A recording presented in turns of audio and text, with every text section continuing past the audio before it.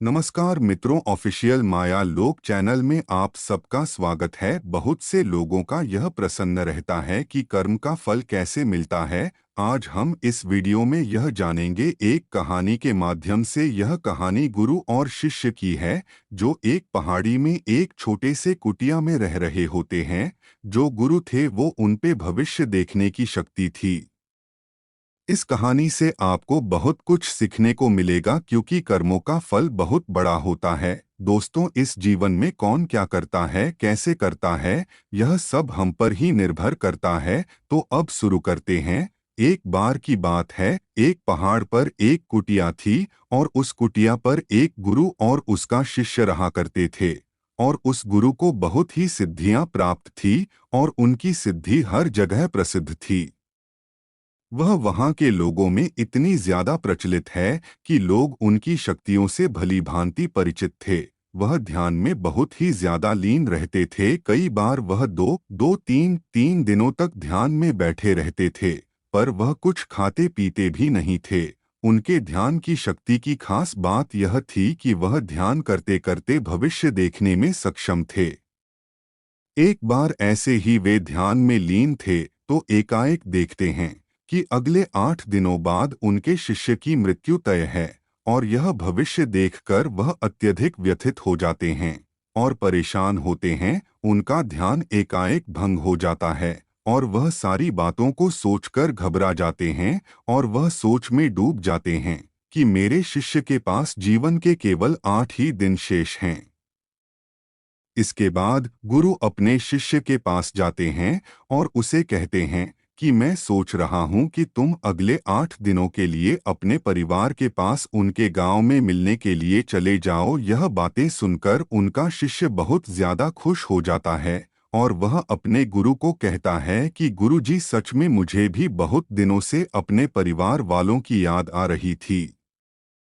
मैं भी सोच रहा था कि मैं भी अपने परिवार वालों के पास जाकर मिल लेता हूं। और वह अपने गुरु से आज्ञा लेते हुए पहाड़ी से नीचे की ओर चलना शुरू कर देता है। लेकिन वह इस बात पर ध्यान नहीं देता है कि उसके गुरु की आंखों में आंसू आए हुए होते हैं। वह चलते चलते पहाड़ से जैसे ही नीचे एक समुंदर के पास पहुंचता है तो देखता है कि एक रेत के टीले के पास चींटियों का घर था और उस घर से बहुत सारी चींटियां बाहर की तरफ आ रहे थे और बहुत सारी चींटियां अंदर की तरफ जा रहे थे। चींटियां आपस में बार बार टकराकर अपनी दिशा को खो देती थी और उसके बाद फिर से इधर-उधर चलना शुरू कर देती थी। यह देखकर उस शीशे को बहुत ज्यादा आनंद आ रहा था, लेकिन वह एकाएक देखता है कि समुद्र की लहरें बहुत तेजी से उफान खा रही थी और शिष्य को समझ आ जाता है कि कुछ ही पलों के अंदर यह सारा पानी चींटियों के घर में घुसकर उनका घर को तोड़ देगा और इसकी वजह से बहुत सारी चींटियों की जान चली जाएगी। वह अपनी समझदारी दिखाते हुए अपने ऊपर वाले वस्त्रों को खोलता है और उसके अंदर रेत भरकर एक तरह की चारदीवारी उस चींटियों के घर के ऊपर बना देता है। चारदीवारी इस तरह से बनाता है कि समुद्र से आने वाला पानी उनके घर तक न पहुंच सके। साथ ही साथ वह अपनी समझदारी दिखाते हुए एक तरह की नाली बनाता है, जिसकी वजह से वह समुद्र की तरफ से आने वाला पानी उस नाली में बहकर दोबारा समुद्र में जा सकता है।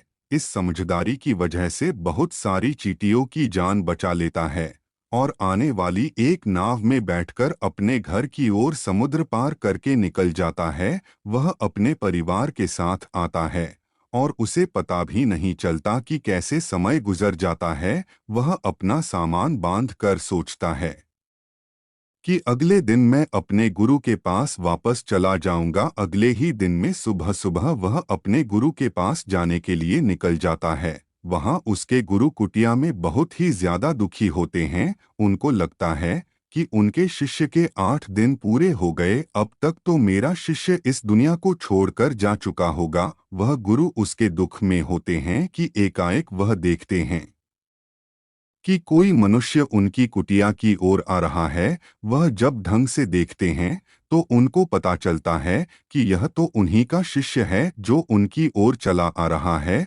वह दौड़कर एकाएक अपने शिष्य के गले लग जाते हैं और अपने शिष्य का हालचाल पूछते हैं, और शिष्य यह देखकर चौंक जाता है। गुरु को समझ नहीं आता है कि कैसे उनका देखा हुआ भविष्य गलत हो गया। वह अपने शिष्य से पूछते हैं कि बेटा, तुमने इन 8 दिनों में क्या क्या किया। शिष्य अपने परिवार के साथ बिताए हुए सारे पलों के बारे में बता देता है।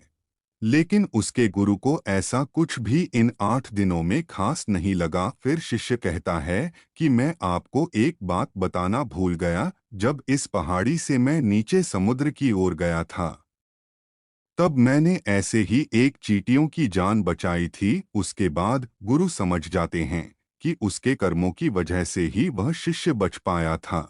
और गुरु एकाएक कहते हैं कि कर्म जरूर लौट कर आते हैं। तो साथियों, इस कहानी से हमें यह सीख मिलती है, जीवन में हमेशा ऐसे कर्म करो जो कि कभी लौट कर भी आए तो आपका भला ही करें। हमारे कर्म हमेशा लौट कर वापस जरूर आते हैं। तो हमेशा ध्यान रखें, किसी का भी बुरा ना सोचे, ना ही किसी का बुरा करे, सबका भला सोचे। और यदि कोई बुरा भी करता है तो उसको भगवान के भरोसे छोड़ दे, क्योंकि भगवान सभी ना सभी को एक दिन सबका कर्म जरूर लौट आते हैं। दोस्तों, आशा करता हूँ आपको यह कहानी पसंद आई होगी और काफ़ी कुछ सीखने और समझने के लिए मिला होगा। जानकारी के लिए हमारे चैनल को सब्सक्राइब जरूर करें और कमेंट जरूर करें। आपका धन्यवाद।